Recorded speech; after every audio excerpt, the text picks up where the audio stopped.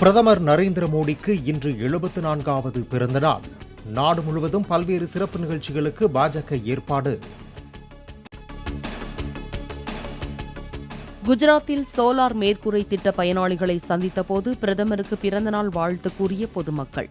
மோடி பிறந்த நாளுக்காக மணல் சிற்ப கலைஞர் சுதர்சன் பட்நாயக் வரைந்த மணல் சிற்பம். பிரதமர் நரேந்திர மோடிக்கு குடியரசுத் தலைவர் திரௌபதி முர்மு பிறந்தநாள் வாழ்த்து. தலைசிறந்த தலைமை பண்பால் நாட்டின் வளமையும் மதிப்பையும் உயர்த்தியிருப்பதாக புகழாரம். பிரதமர் நரேந்திர மோடிக்கு தமிழக ஆளுநர் RN ரவி பிறந்தநாள் வாழ்த்து. புரட்சிகரமான மாற்றத்தை ஏற்படுத்த வல்ல அவரது தலைமையின் கீழ் வளர்ச்சியடைந்த பாரதம் என்ற இலக்கை நோக்கி தன்னம்பிக்கையுடன் நாடு முன்னேறி வருவதாகவும் புகழாரம். பிரதமர் நரேந்திர மோடியின் பிறந்த நாளையொட்டி முதலமைச்சர் மு க ஸ்டாலின் வாழ்த்து.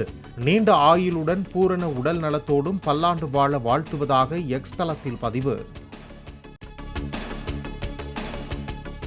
பிரதமர் நரேந்திர மோடிக்கு அதிமுக பொதுச் செயலாளர் எடப்பாடி பழனிசாமி பிறந்தநாள் வாழ்த்து.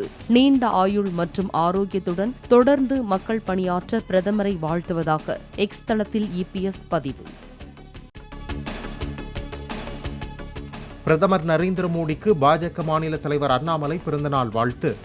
பன்முகத்தன்மை கொண்ட பிரதமரின் செயல்பாடுகளை விளக்கும் வீடியோவை பகிர்ந்து வாழ்த்து பதிவு.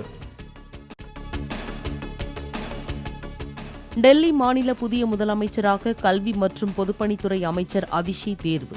கெஜ்ரிவால் பரிந்துரையில் ஆம் ஆத்மி கட்சி நிர்வாகிகள் MLA-க்கள் கூட்டத்தில் முடிவு. டெல்லி சட்டமன்ற கூட்டம் இம்மாதம் 26 மற்றும் 27 தேதிகளில் நடைபெறும் என சபாநாயகர் அலுவலகம் அறிவிப்பு. டெல்லியின் புதிய முதலமைச்சராக கல்வி மற்றும் பொதுப்பணித்துறை அமைச்சராக உள்ள அதிஷியை ஆம் ஆத்மி கட்சி தேர்வு. அடுத்த 15 நாட்களுக்கு அடித்தட்டு மக்களுக்கான முக்கிய அறிவிப்புகளை பிரதமர் வெளியிட உள்ளதாக உள்துறை அமைச்சர் அமித்ஷா தகவல். பிரதமர் மோடியின் 3.0 ஆட்சியின் 100 நாள் நிறைவின் சாதனைகளை விளக்கி அமித்ஷா அறிவிப்பு.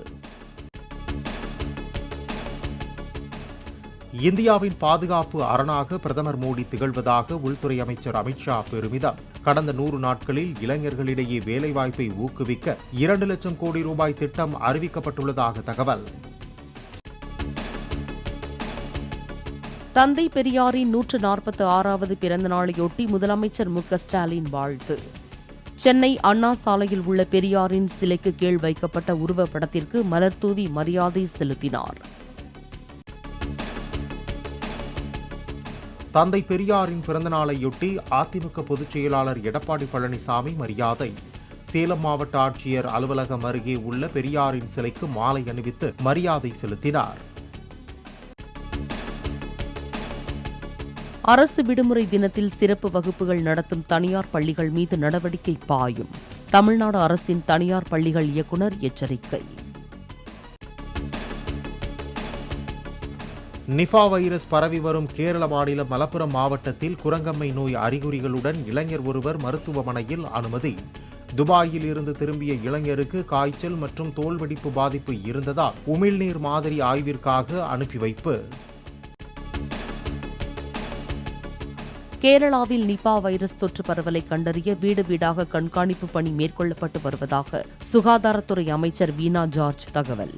நிபா வைரஸுக்கு ஒரு மாணவர் உயிரிழந்துள்ளதாகவும் வைரஸ் பரவலை தடுக்க ICMR உதவி கோரப்பட்டுள்ளதாகவும் பேட்டி.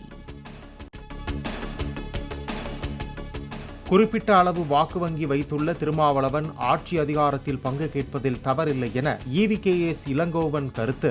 2026 ஆட்சி அதிகாரத்தில் பங்கீடு சாத்தியம் இல்லை எனவும் பேட்டி. வன்னியர்களுக்கு 10.5% உள்ஒதுக்கீடு வழங்கும் விவகாரத்தில் முதலமைச்சரை சில அமைச்சர்கள் தவறாக வழிநடத்துவதாக அன்புமணி ராமதாஸ் குற்றச்சாட்டு. கலைஞர் கருணாநிதி உயிரோடு இருந்திருந்தால் இந்நேரம் கையெழுத்திட்டிருப்பார் என்றும் பேட்டி. அவர் சுத்தி இருக்கிற 4-5 அமைச்சர்கள் அவரை தவறான முறையில் வழி நடத்துகிறார்கள். ஆனா கலைஞரா இருந்திருந்தாருன்னா இந்நேரம் முதல் நாளே கையெழுத்து போட்டுட்டு இருப்பார். பிரதமரின் பிறந்த நாளையொட்டி கேரளா மாநிலம் எர்ணாகுளத்தில் தூய்மை இந்தியா திட்டப்பணியில் பங்கேற்ற மத்திய இணையமைச்சர் சுரேஷ் கோபி. பிரதமர் மோடியால் முன்னெடுக்கப்பட்ட இந்த பணி நாம் பிறந்த மண்ணின் எதிர்காலத்தை மேம்படுத்தும் சிறந்த முயற்சி என பாராட்டு. ராஜஸ்தான் மாநிலம் ஜெய்சல்மாரில் இந்திய விமானப்படை விமானங்கள் சாகசம்.